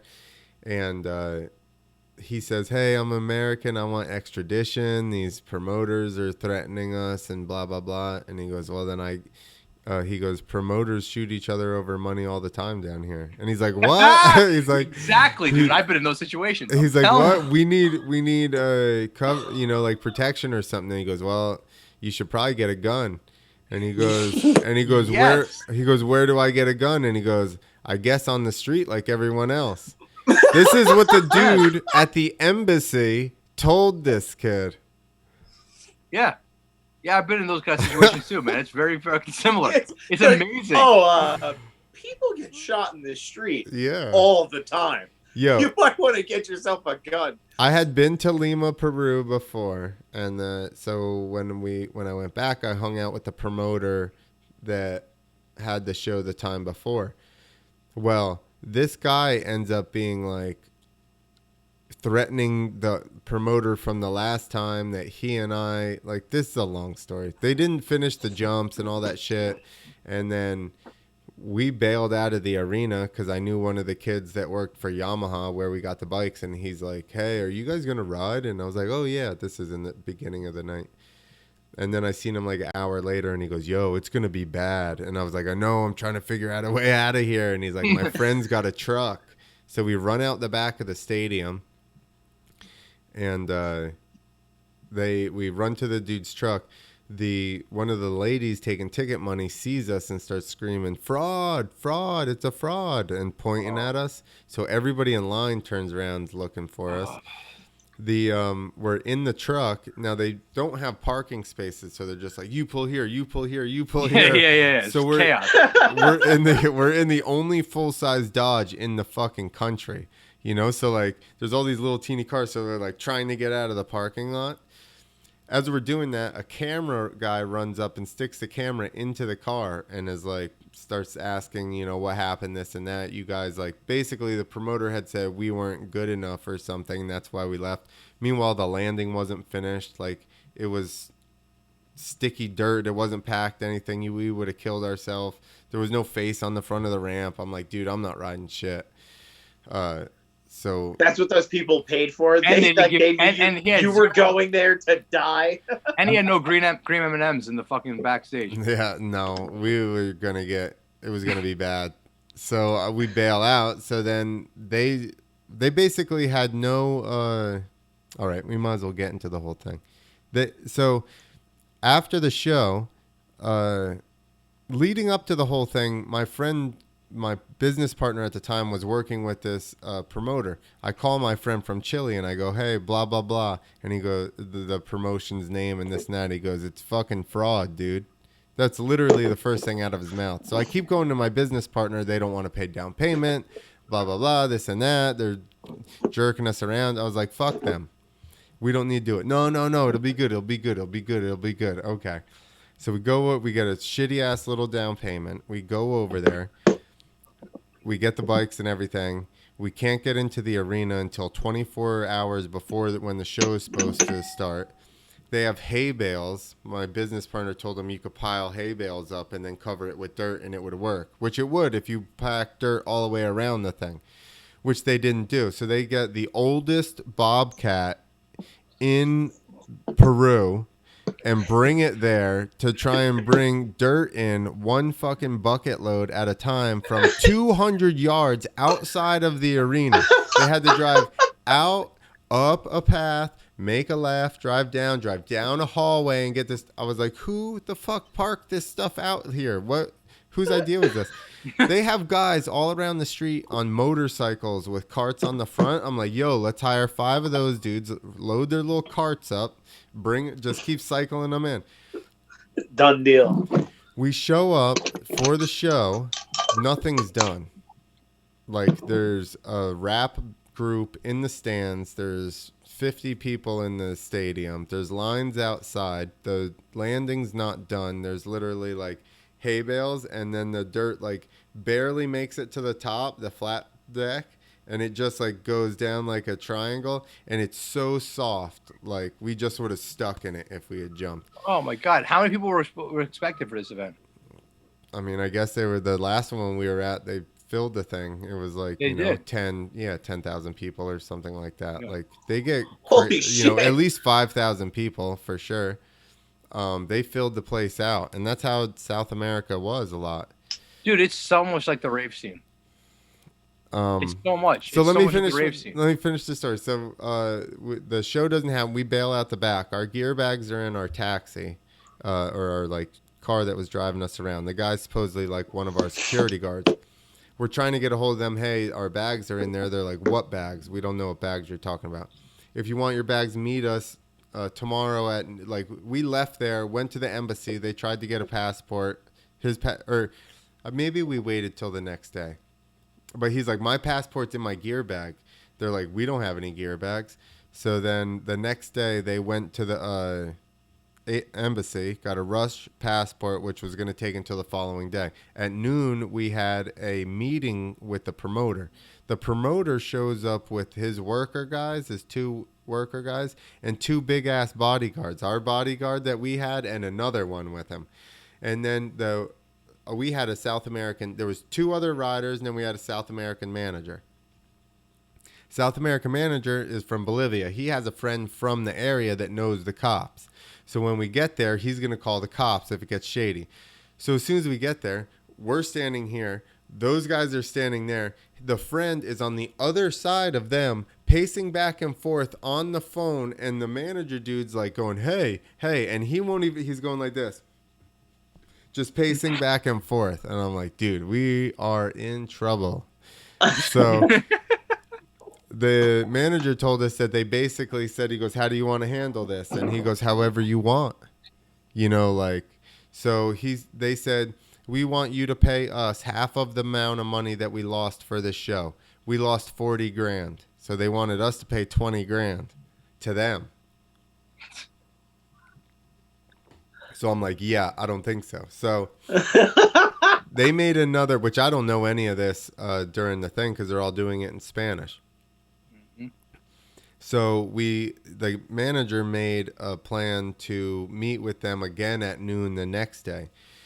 So we went back to the hotel and we're talking. The promoter keeps calling the lobby because our manager's down in the lobby, like calling places, trying to like get stuff straightened out. We find out that the building wasn't paid for until we showed up that day. And that's why we weren't allowed in the building to try and set up. The sound people weren't paid.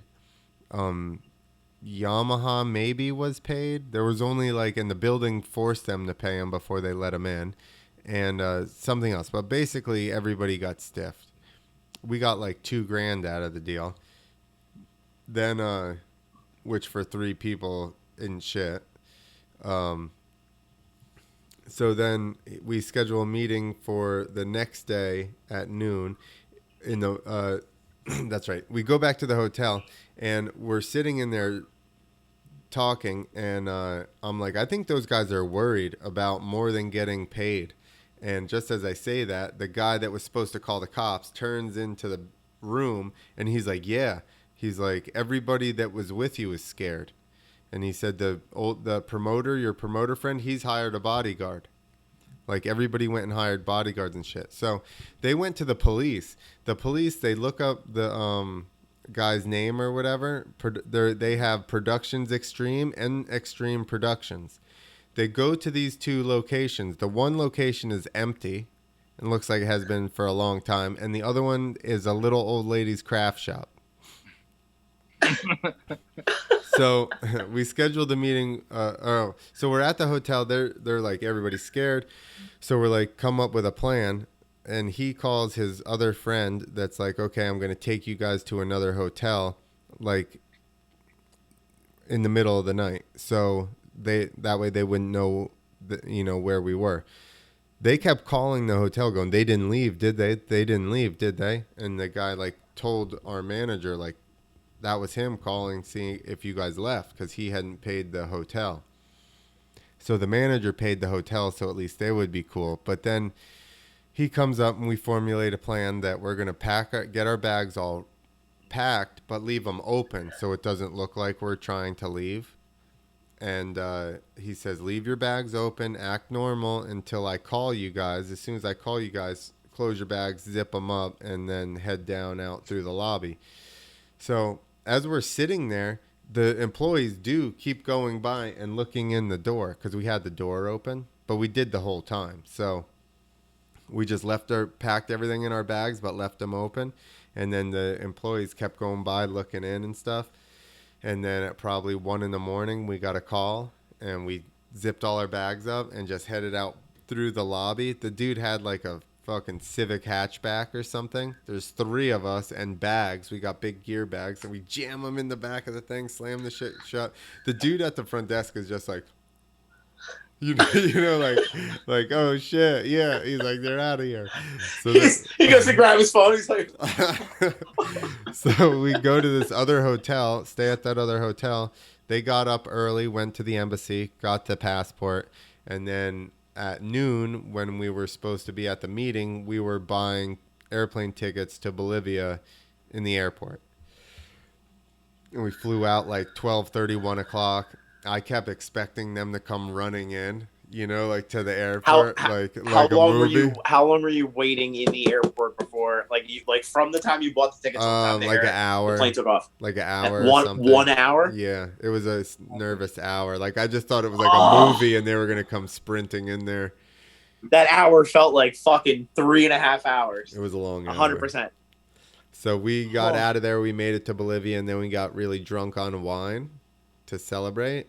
And then the whole next day on my flight to America, I just had this killer wine headache. It was horrible. I mean, it was a freedom headache, but you know what I mean. It's still freedom headaches. Wow, that is quite the story, my man. That's the gnarliest. I am a huge fan of that one. That's the gnarliest one that I've gotten into. Thank you. That was fucking awesome. What a life experience, my brother. Yeah, now that I'm over, it's cool.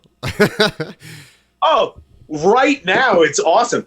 But, so it reminds me that, I don't know how Mike and I got stranded at a casino in some in the middle of nowhere in Connecticut. And that was like the most panic I think that we've ever endured together. And that was just from getting to another casino that was like 11 miles away. And that was a pretty great story. Yeah. Yeah. Oh my God. That was awesome.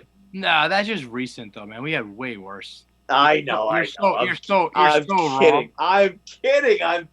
You're so wrong. That's just the last 5 years. I remember in like 1998, you like freaking out because we were stuck in Penn Station for like 2 days because the rave got so like or the bus to Canada. Remember the bus? Yeah. That's just broke the thing that was reinforcement. Yeah, reinforcement concrete. Yeah. I just like this. All right, we'll tell that story. The bus in Canada is a whole crazy fucking story. That's a great one. We'll do that another night. That's for another time. Maybe see, Rouse on for that one would be a good one. Have you talked to Yeah? Have you talked to Jason recently? Yeah, I talked to him today. I talked to him today. Did you? Yeah. I fucking love that guy, man. He is just an animal. Yeah. But Clint, that's awesome, man. It's funny because I love that there's this like you with your dirt bike and your friends like traveled the country or traveled the world and have all these crazy fucking experiences, and like it's so similar to a lot of the experiences I've had with guys just with turntables. Like I'm telling you, that happened to me in DR. Not exact, but very fucking similar. Where we pretty much bought a bar that we were gonna take over. We had all these Miami DJs, and then like we kept getting bigger and bigger and bigger to the point of festivals. And I'll have my boy really talk about it one day. And it's just like bullshit, like where we had to get run out of the country. Like we thought we were on top of the world there, and we got literally run the fuck out of that country. Yeah. And it's just funny how you think like, in America, you think you got a couple bucks and like you could do a couple of shows and people are into it. But then you get I always say once the really real world kicks in, when the real world kicks in and you're like, holy shit, it's a whole different life. Yeah, that's their freedom and safety don't coexist. Yeah, totally different things. That's what people are like, I want freedom and security. And I'm like, yeah, doesn't work out that way. You're giving one up for the other for sure. How'd you get the background? Not awesome. Yeah, but how'd you get the background? Bro, these seats suck. Yeah. These seats are this is where you and I were like over this way, and this is where my buddy Joe was. Remember the first night when we went into, and it was my buddy Joe, and he was with his other friend, and we sat on the train together. This is their seats. Also, where did Hobo Scorpino come from? I love that. I said it earlier. Right, so go to where was I? No, don't go. That's not what I did either. Oh, go to more. Go in the upper right hand corner and go to more. Well, something like all right. and you go to virtual background, and then if you go to the bottom, see how it's like there's the look up in fake space. Yeah, that's what I'll do all the time for flat Earth. Face? Yeah. You're in face? I'm in fake space. Yeah, face. There we go. I don't have that on mine. That's because you suck. Says the guy that can't search with us seeing it. I only have invite. First, all right, we're not going to get into that, but... Did you figure it out? No, but I will. I need to not be on my fucking iPad. I need to be in front of a computer in the goddamn studio so I can have everything set up and I can actually fuck with things. Whose computer are you going to be on? That's all. Is there a studio computer? Do we have a computer for the studio or no? Yeah, my computer. Oh, beautiful. Which I'm going to be on. Bro. We're going to have to get one. All right. Are we going to sleep? I'm ready to go to sleep. Are you just going to pace around? I don't have any more beer. You're out? Out? No, I got a lot of beer. It's just not cold. Well, and it's time for me to start thinking about the New World Order and the FEMA camps. That's probably a good idea. I feel like that's what you have been thinking about.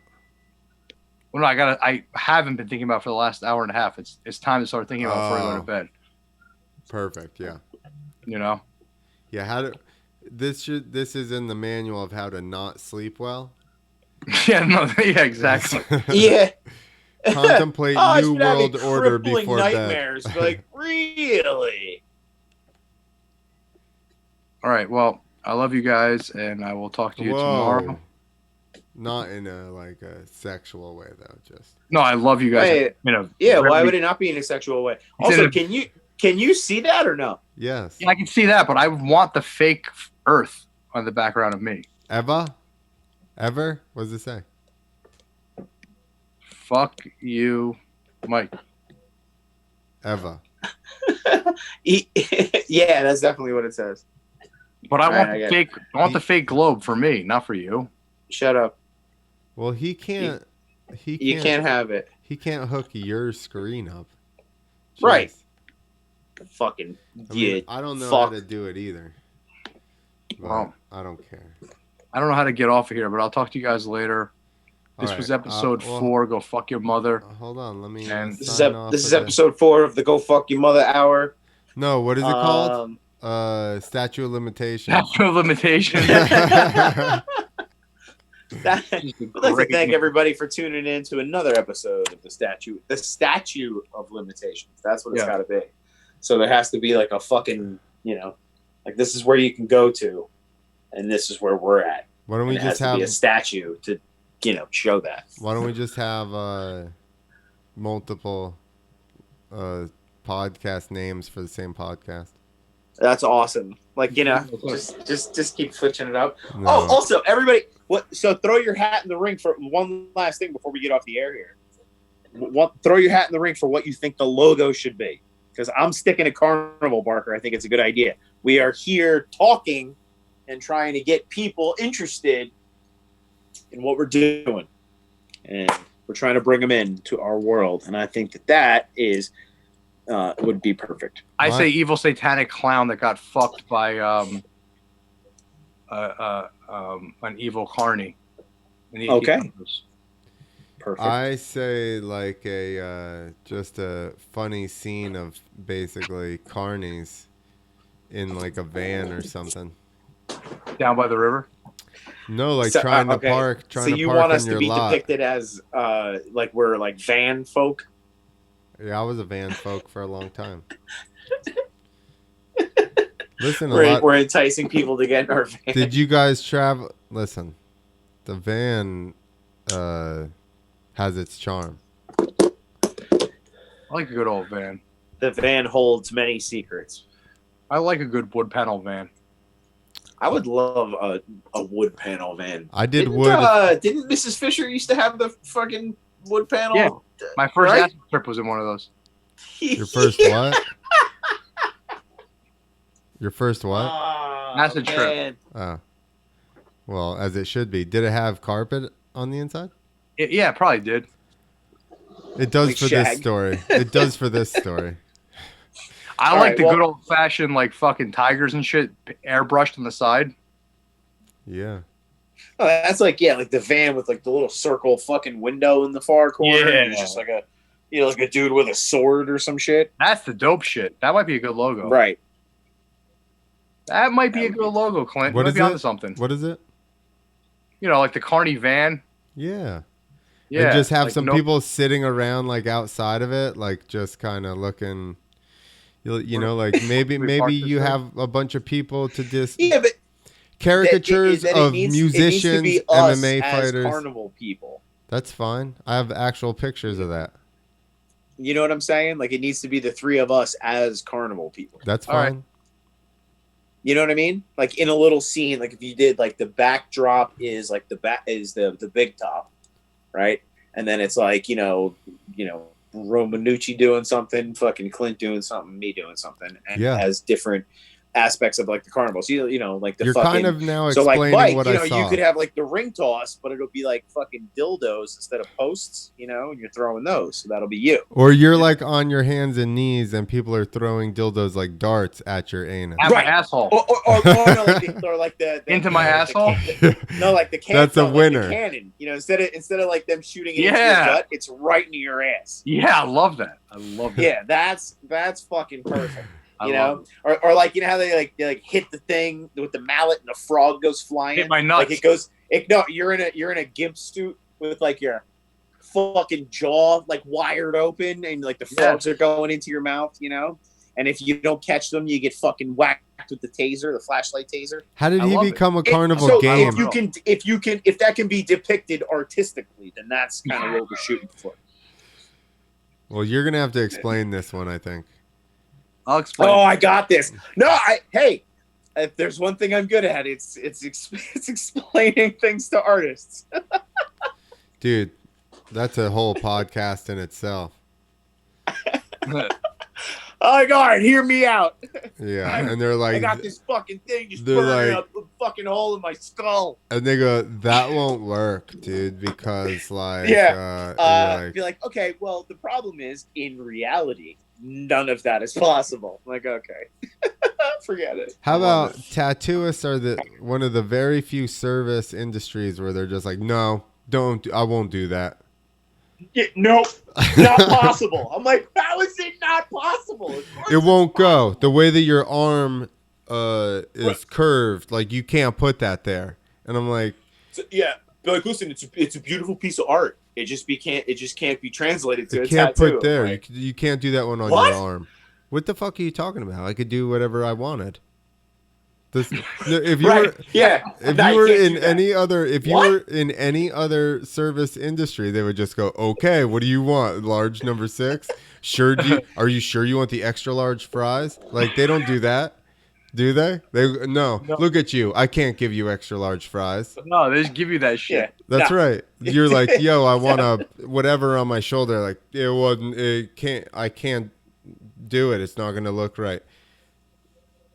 Because they're too. No, you like get that. some fuckers that do shit. It's not gonna look right. Be like, what do you base that on? Yeah, it's not gonna work. Like, I think it's gonna look fucking rad. No, that boils down to artists having to have their stuff be perfect. So now in their head, like they don't think that's a good idea, and they scare people with this is forever and it's gonna look like shit, and then they dictate what the people end up getting to an extent. So you I'm guys sure are going that- to people with that. You're going to good artists. Because there's motherfuckers out there that either bag of meth that have a tattoo gun that will put anything they want. Who wants them? Who wants them to do a tattoo? I love my tattoo I've more seen than some fucking anything. shit, dude. Oh no, I know. Listen. Oh, I've seen some shit. I have friends that I know. tattoo their own legs when they get drunk. Yeah. Well, that I guy's would totally do that if I had the gun. I really would. He had his mom tattoo his Yeah. leg. Yeah, I would totally fucking do that. Like I could definitely, like I could sit there and take it too. Like that's not even a problem. Like just like do like You know who would say I that? could totally do that. Somebody that can't sit there and take it. Bullshit. You see where I have tattoos, dude? Come on. Fucking kidding me? Up and down my shins? Like stop. I could absolutely take it. Henry's easy to get going, huh, Mike? Oh yeah. Oh yeah. God, yeah. If you're too easy, man. Yeah, it is too easy. That's the thing too. Is because I don't mean to be like that. You know, I'm just I'm very fucking reactive, which is the problem. Yeah, it's the best. I'm very reactive. The best part. Like I don't, you know, because I get, you know, it's just like, because at first it's like I know what, you know, I think like I know what you're doing, but I just don't even care. Like it's like I just have to.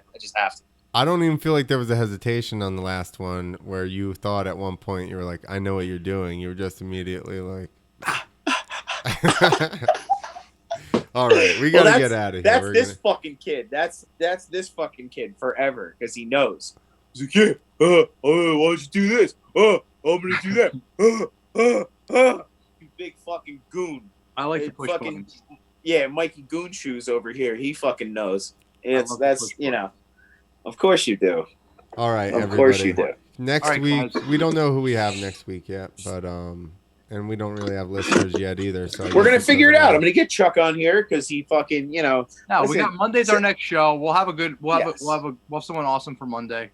Yeah, rescheduled. I'm just talking to his lawyers and making sure that, you know, they can get. Yeah, as soon as I hang up with you guys, I'm gonna go call the lawyer I don't have, I gotta talk to lawyers about this to make sure to be on this show. Yeah, I have a conference call with another law firm that doesn't exist in the morning, and that's like a fucking whole thing. So, I'll talk to you guys over the course of the weekend. I have an advisor. You know, my lawyers will talk to your lawyers. Yeah, we'll have our lawyers talk to each other, and we will we'll hammer this all out, and we'll come up with 5 more names for the podcast, and you know, and then you know, we'll get some blue cheese or go fuck your mother, and maybe the dojo open fucking 2023. Yeah. Project date 2023. Fuck your mother. I have an advisor, basically like Fear and Loathing. Yeah, that's normally me. Normally me. By the way, that's normally this guy right here. I feel like, you know, we can act that way for all of each other. You know what I mean? She'd be like, well, my law firm of fucking Esposito and Romanucci, which would be an intimidating law firm. Be like, you have Italian lawyers? Be like, yeah, I'm that fucking guy. So it would be perfect. In all honesty, I need to talk to the doctor tomorrow because I heard they're fucking prescribing ketamine right now for depression. And you feel depressed? Yeah. So I got to call the doctor like first thing in the morning. Like a normal doctor? That would be a great podcast. Me calling, dude. I will show it to you. There's people in California getting prescribed ketamine for depression. That's California, man. Like Jesus Christ. I'm calling my doctor. I'm so depressed. My fucking business isn't open, and my cat is fucking sick. Our governor's a fucking idiot. How are you going to suggest that to him? Hey, I think I need ketamine. I'm so depressed. I don't know. I'm going to show him a couple Instagram fucking videos. Yo, dude, that is how you get locked up. I am not even kidding. Listen, that's how they put you on fucking Franklin 5 and fucking leave you there, kid. Don't you dare do that. I got clipped from getting good prescriptions. Because I went in, can you see my eyebrow? You got your eyebrows threaded at the fucking place where Mike gets Is that what you're showing? They imported my my threader right from China. No, I split my eye open. In a container chip? My eye was open like 3/4 of an inch. But I'm standing there like this. I'm in the hospital, and she goes, "What's your pain level?" And I know that it's like 8 or 9 or above, and they'll give you something good. So I just go 9, and she 9 or above. And she just like stops writing and looks up at me, and then looks back down and writes something. And I never got good pills again. Oh, yeah, that's the worst. Oh, dude. Then when I broke my leg the last time. You get too cocky. I know. I've been there. Yeah. I've been there, Clint. You get too cocky. Listen, you would think. You know the fucking drill, and you're like, you know what? You've been there. You know you're going to get it. You would think if your face was split open by like 1/2 inch that you would, you know what I mean? Yeah. But I guess you got to be screaming. All right. That's the drill. Like you're in the parking lot. Walking up to the hospital, finishing a cigarette. You're like, yeah, you gotta prepare. Opens. Ah! Yeah, you gotta scream. You gotta do a lot of pain faces. You can't just be like, I'm at a 9. Yeah, I know. I Fuck know yourself, that. please.